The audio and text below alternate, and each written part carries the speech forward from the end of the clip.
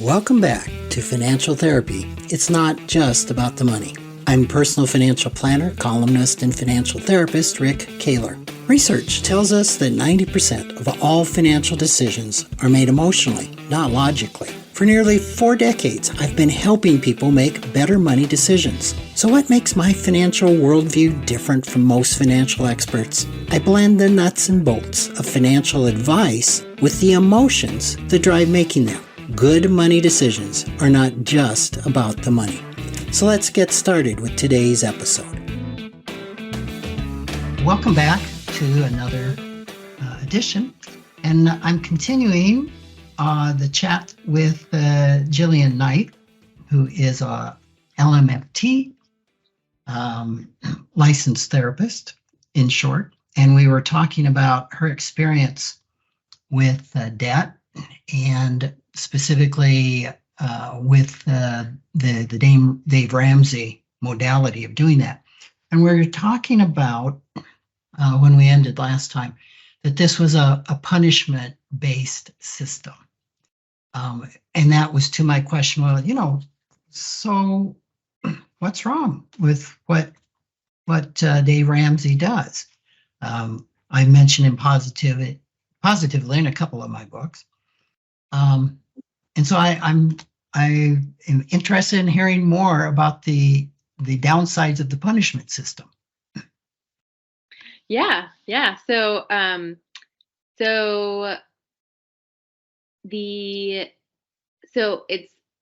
way that I look at it is, when you punish someone or you are punishing yourself for your behavior. So in this case, financial behavior, you can shame yourself into changing your behavior, right? But generally that's only in the short term. And the likelihood of it being any sort of lasting long-term change is, I think, pretty small. And so when you think about sort of punishing and shaming people into changing, and then they get to this point, right, of paying off this debt, and then what are the chances that that is going to be a sustained lifestyle change? You might sort of equate it to a diet in the same way, right? Where if you're trying to lose weight and you punish yourself by restricting what you're eating, you'll lose weight, but how likely is it that it's going to stay off, right? And so with debt, how likely is it that you're going to stay out of debt? Not that there's anything inherently wrong with debt, which is a whole other Dave Ramsey belief that all debt is bad, and you should pay it off as soon as you can. I am internally jumping up and down as I'm listening to you talk, in that it's something that I've said for a long time, is that, and I've experienced that shaming is really good for short-term, can be really good for short-term behavioral change, but no good for long-term. And it brings up my involvement in a really conservative fundamentalist group. And that's pretty much was the MO, was guilt and shame, mostly shame, to help people help. I know the corporate line well. Change behavior for what is good for them, and what is good for them is what we decided would be good for them. And so, and I think a person needs to stay in that loop of shame to reinforce it, to continue the behavior. Because once the shame is not there anymore, the behavior can be hard to maintain. That makes sense? Yeah. I mean, if you're not hearing that message over and over again, you can, I mean, you do start to, I feel like there is some significant degree of internalizing that shame to where that almost becomes your internal voice, which also sort of makes me think about parts and IFS and how that relates. Oh, yeah. Which I know is one of your favorite things to talk about. I think it's true that most all of us have an inner critic, which I think in the mental health field can be connected to caregivers, that we can replay those messages we heard. I mean, this is probably a silly example, but a few years ago, I was in the gym, in the locker room. I'm putting on my shoes, and I wear a brace in my shoes for flat feet. And so I'm getting dressed, and I take my braces out of my street shoes because I'm done with my workout, and put them back into my workout shoes. And this voice goes, "Well, you dummy, why'd you just do that? You know, you already took them out of your workout shoes to put them in your street shoes. That's stupid." And I had done enough IFS by then to know, okay, I get this part of me that's trying to keep me from being criticized. Because for sure, somebody's going to go, well, that's really silly. So get them out of there as quick as you can. I looked around in the locker room. There was nobody in it. and it was such a realization to me that this was all internal. Yeah. This wasn't external. It was all internal. It was that critical voice, really concerned about somebody's going to criticize me for doing this, unaware that the place is vacant. So to your point, yeah, after a period of time, we can absolutely shame ourselves. And I think having come out of something that I will call cult-like, if not a cult myself, that those voices can stay with a person. That critic, right, can be active for a long, long time until we make friends with it. And that's something that if I'd heard that 10, 15 years ago, I said, this guy's nuts. I mean, we want to get rid of the critical part, right? Right. That's a load of crap. Like Right. Right. And so, and the other thing that you said that I just gets me excited too is I have a course I teach for our community, and in it I talk about deprivation, and that deprivation financially doesn't work any better than deprivation with a diet. Right? You don't cut down to 700 calories a day and do that for 3 years. Yeah. So it's like, I think what I would tell someone really is like, if they were sort of where I was, but they don't see any other way, right? Because the other thing is, like, when you're in it, you think that this is like the best thing ever and everyone should be doing it, and you defend against anybody who questions it. And that's how it maintains its power. So much like a cult.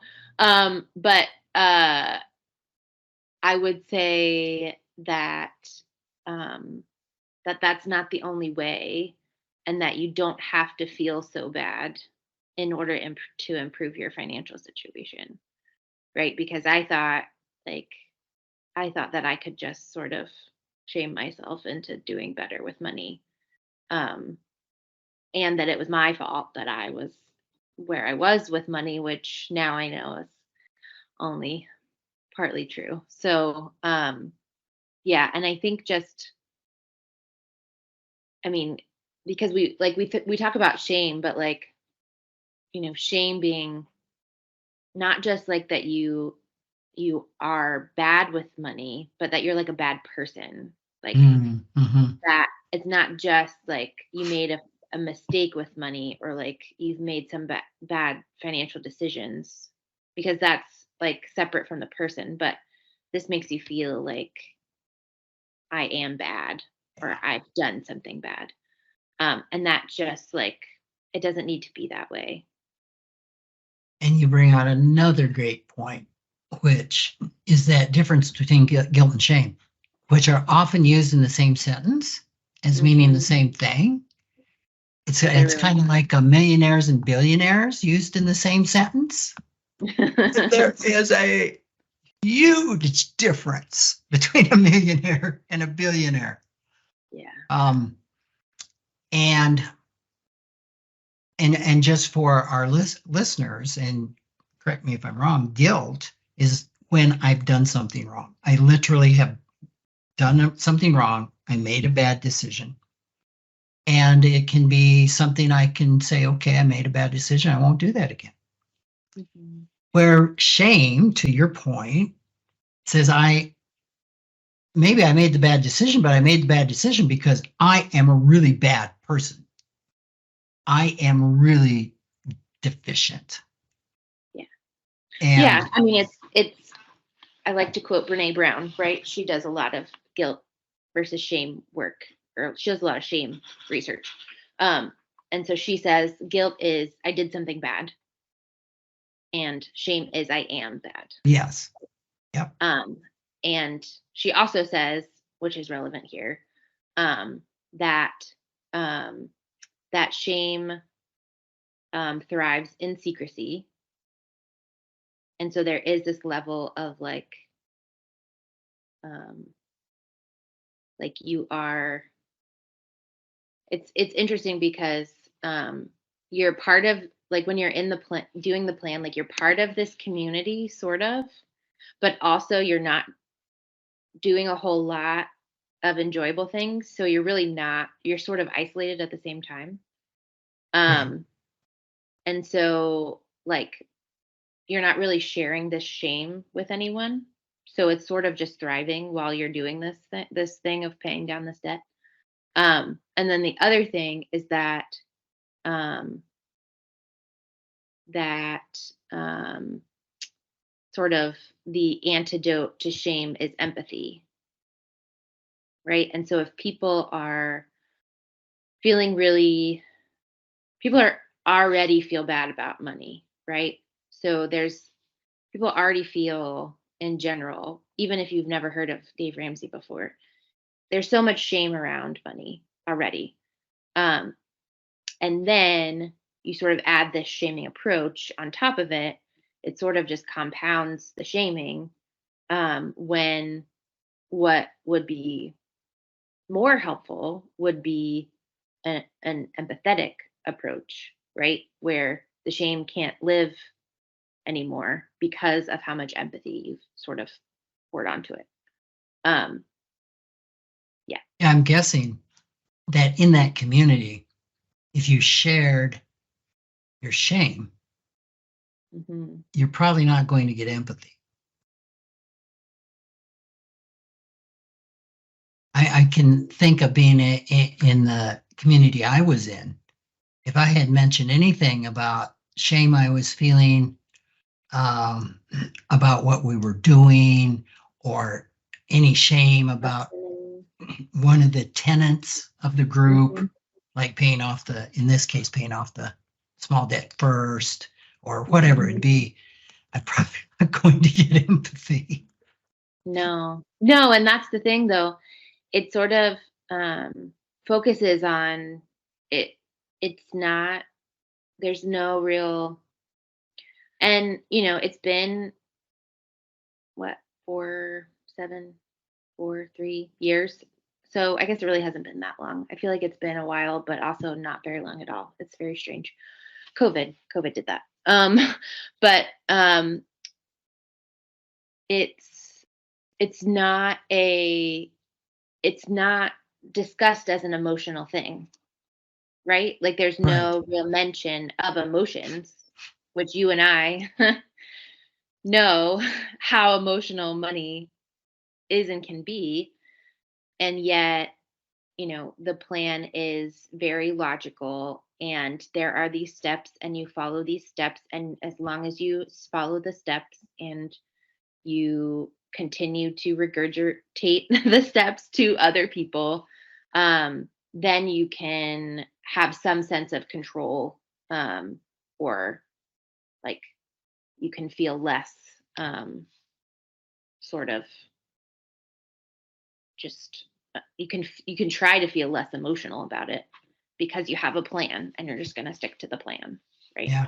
But it totally just like doesn't even touch all the other stuff that we know is there. That makes a lot of sense, that part of me that was involved in that type of thinking, because emotions were, I won't say emotions were evil, but emotions were not to be trusted. It wasn't about emotions. It was about logic.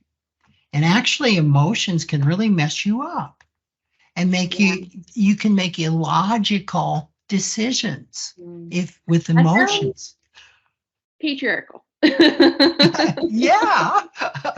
That sounds quite patriarchal, Rick. Yeah. Well, you talk about drinking Kool-Aid. I know how to drink Kool-Aid. Yeah. Back in the day, that was 30 years ago, 35 years ago, maybe. But it's a pretty tightly knit mindset. And I'm guessing, I have no idea. Do you know the Enneagram or aware of the Enneagram? Yeah. So I haven't done like intensive trainings into it, but I have a general idea of most of the numbers in my own. Yeah, I'm a type. I fixate around a type 1, which is the reformer, loves to teach, loves to be right, and has a cause. I don't know if you can see any of that in me or not, but just a little bit. I have a hunch Dave Ramsey's probably a 1. A lot of financial planners, and we have all 9 energies in us. And I know Russ Hudson, who's my teacher, would be gagging right now listening to me say this, because he's very adamant the Enneagram is not a typing mechanism. It's a mechanism for personal growth, right, and becoming present. And I fully subscribe to that. And I think it's important to understand the types. It helps me with my clients when I can see those energies. So when we first talked about this, you talked about investing, and that Dave didn't really stress investing until your debt is paid off. And when he does stress investing, it's sometimes it isn't really good advice. And that's what really opened my eyes. I've never taken his course. I've never taught. I've heard him on the radio, which is where I was. I was introduced. Probably enough for you. Introduced there, and he has new people that did his debt thing, and so I did say positive things about his approach to debt, not knowing the other side of the story that you present. But when I heard him the 3rd time on the radio saying, now you need to stay away from them REITs, which are real estate investment trusts, and just stick with them good growth mutual funds, because them REITs have really, really terrible fees and you can't earn anything from them, but you stick with good growth mutual funds. And I heard that about the 3rd time. I went back to my office.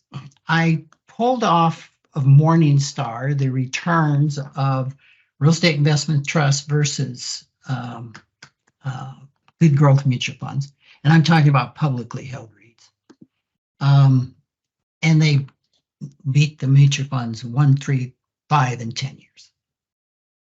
And I sent that to him and saying, Dave, and thinking the best, here's some data. You might want to update your data. It might have been true 5 years ago or 10 years ago. It's not true now. And I received a call from his attorneys that told me I will, and I wrote this in a blog, and you probably can still find the blog on my website, Financial Awakenings. And if you can't, it's on YouTube. And all you have to do is put in Rick Kahler, which I just did. I had a lot darker hair back then. This was 15 years ago. And the audio of that, I go through the audio of the column. And I was kind of amused by that because I'm thinking, well, he's a public figure. They said that he copyrighted his name. I couldn't use it and to take down my blog post. Well, I didn't. And you can get on and read. There's 98 comments here, most of them telling you that I would be the last person you ought to listen to when it comes to money. Okay. And there's another one I put on here. I think it's called Dave is Not a Moron. And that's when I was going down the street many months later, and he said, there's some people recently criticizing me, and talked about the same thing I had talked about. He said, they're a moron. And I put it a lot better in the thing. So I wrote another column on that. And then I wrote another column on you can retire by taking 8% withdrawals. And none of these were enjoyed by Dave. And that kind of surprised me and gave me a glimpse as to what's going on, because as a financial professional, I want to be giving out good information. I want my data to be correct. And if the data suggests I've been wrong, well, then I was wrong.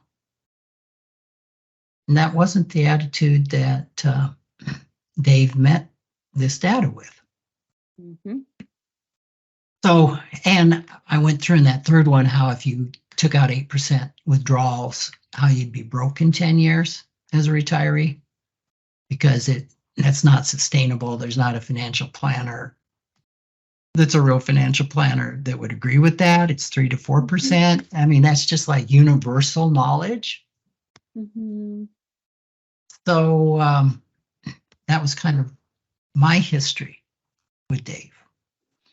Yeah, I was very interested to hear about that. For sure. Yeah, and when you were talking about the student loans, there's someone who is well known in the financial planning circles called, his name is Michael Kitces, and he did an actual study and comparison of should you pay off debt versus invest it. And I was quite surprised. He even went up to rates as high as, if I remember right, 6 or 8%, and showed how a younger person would be ahead to invest that money rather than pay down the debt, especially when you can write it off in retirement plans. And I've had clients with 2% student loans with $400,000 worth. And my suggestion, and both physicians, no, we are not paying that debt off early at all. Mm-hmm. Because this is a gift at 2%. Theoretically, you can invest that and earn 5 or 6%. Yeah. So I'm guessing that Dave would not go along with that. Oh, no, not even close. No, and that's one of the problems is the advice hasn't changed. from when it first started. Despite what this was, maybe his plan first come out in the early 90s, I want to say. Okay. Wow. So it's still $1,000 in an emergency fund. Pay out all your debt, smallest to largest, except for your house. Start investing in retirement. Save for a down payment on a house. Save for kids' college. Pay off your mortgage early. I try not to think about the steps anymore. So, but that's sort of the idea. It's just a one size fits all. It's very, very rigid, right? Right. We have a few minutes left. I mean, what's the thinking? What's the mentality? What's going on with a person that, I don't know, is doubling down in the face of facts? I mean, they wouldn't view it that way. Yeah, I think part of it is that so there are other aspects of it that so there you've got the financial aspects, right, that you're speaking to. You've got the mental and emotional aspects that I brought up. There's also a religious component that, it is based in evangelical Christianity. And so there is, for some people, this, because he does include tithing in your budget, right? So it's, he incorporates religion and sort of passages from the Bible to sort of bolster his thinking on these things and what he sort of preaches. And like the borrower is slave to the lender is something you'll hear him say. And so if you don't want to be a slave to the lender anymore, pay off all your debt, right? And so there's the use of religion. There's also, I feel like it's really targeted at sort of lower income, lower education level, right? So it, especially if you like do it through a church, you can pay like a lower, like it's less than $100. I know that. And you get like 8 weeks of this course, and you get a workbook, and you get all of these things, right? And he has some conservative kind of views on the economy and on politics that do appeal to a group of people. I would not be one of those people. And sort of like, is just sort of like appeals to like tries to appeal to like working class individuals in a way, but really just like white heterosexual male. Yeah. With lower education and lower income, right? But when you tie in the religious component to it, it starts to make a lot of sense, doesn't it? Yeah. I mean, that now takes it out of logic and ties it to the huge emotionality of faith and religion. And that can make a lot of sense in that if you see deviating from truth, even if it's what once was truth, to changing it, that can be, I mean, within that system, that's not allowed. So it makes sense that it would not be allowed in this system too. Right. So it's sort of a joining together of the two, for sure. Well, Jillian, we are out of time. Where can people contact you? Yeah, sure. So my website is Her Financial Therapy, so HER financialtherapy.com. I'm on Instagram at Her Financial Therapy. And you can also shoot me an email at Jillian, Jillian, at herfinancialtherapy.com. Great. Jillian, thanks so much Yeah, for being a part of the pleasure. podcast. Thank you so much for having me, really. Take care, and we'll talk to everybody next week.